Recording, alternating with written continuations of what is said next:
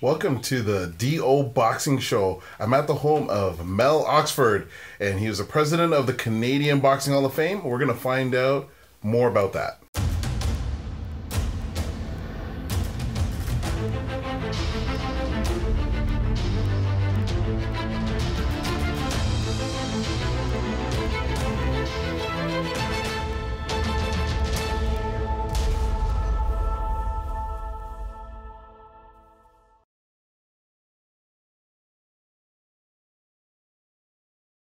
We're here today with past president of the Canadian Boxing Hall of Fame, Mel Oxford.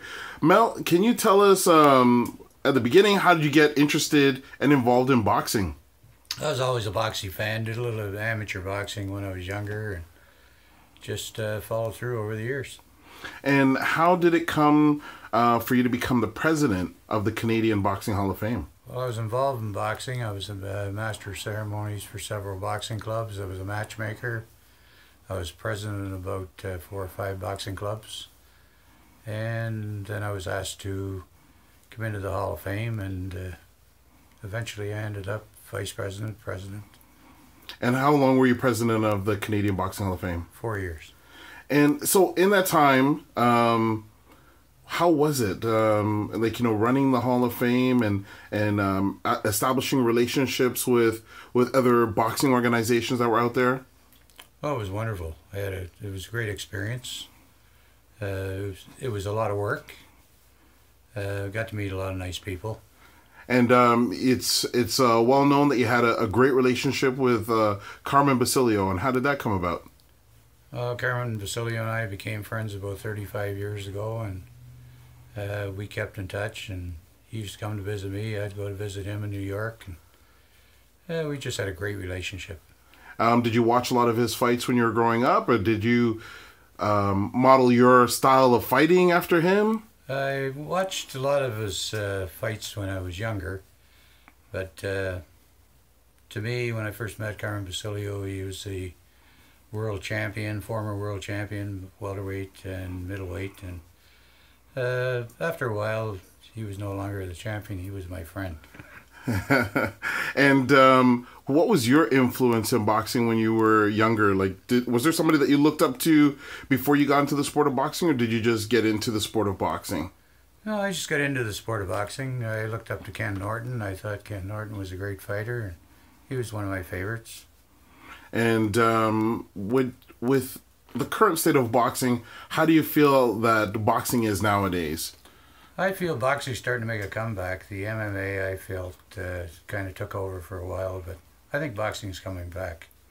And what recommendations would you have for new fighters that are out there today, or even promoters, seeing as you've dealt with every facet of boxing over the years? That's a good question. So why don't we start with maybe the fighters that are out there starting as amateurs? What would be the best course of action for them starting out? Dedication, lots of training. Mm-hmm. Stay away from the girls. And then if they wanted to go on to become professionals, and also maybe be in a Hall of Fame one day themselves. Well, it's a long ways. They have to be very, very dedicated. If they're not dedicated to the sport of boxing, they're not going to go on. So. Right. No, it's definitely a tough road. And your memorabilia collection, how long has this taken? It's extensive. I would say 25, 30 years. And where did you collect most of the items from? A lot of items in the States. Met about 30, 35 world champions. And always seeked out their autographs, pictures.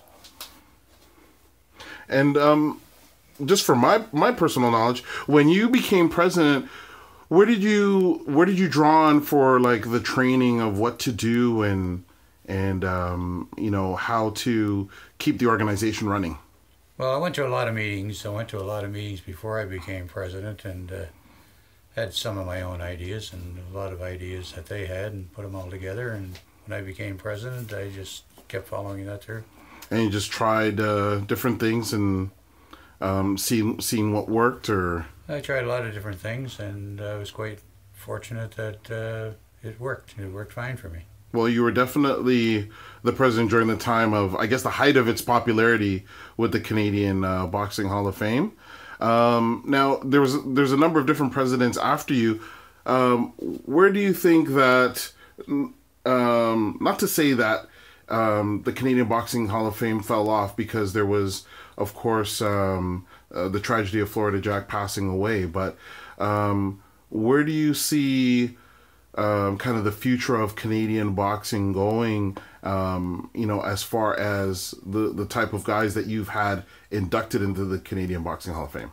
Well, it's going to come back. It's going to come back. It just takes a matter of time. So it's going to come back. It's going to be back where it was before. And are you still following boxing, like the Canadian boxing scene? Definitely. And what would be, if you could say there's something that you'd wish would happen in Canadian boxing, what would that thing be? Well, I'd like to see Canadian world champion. So hopefully we'll see that soon. Thank you so much for your time. You're quite welcome. Very good. So thank you so much, Mel Oxford, for the information. The Canadian Boxing Hall of Fame has a deep history, and as I said before, again, Mel Oxford was the president during the heyday of the Canadian Boxing Hall of Fame. Remember, if you have any questions related to boxing, you can contact me through Twitter at DOKPOSIO, through email at posio@hotmail.com, and don't forget to subscribe through YouTube to get every episode of the DO Boxing Show. Thanks for tuning into this episode, and we'll catch you in the next one.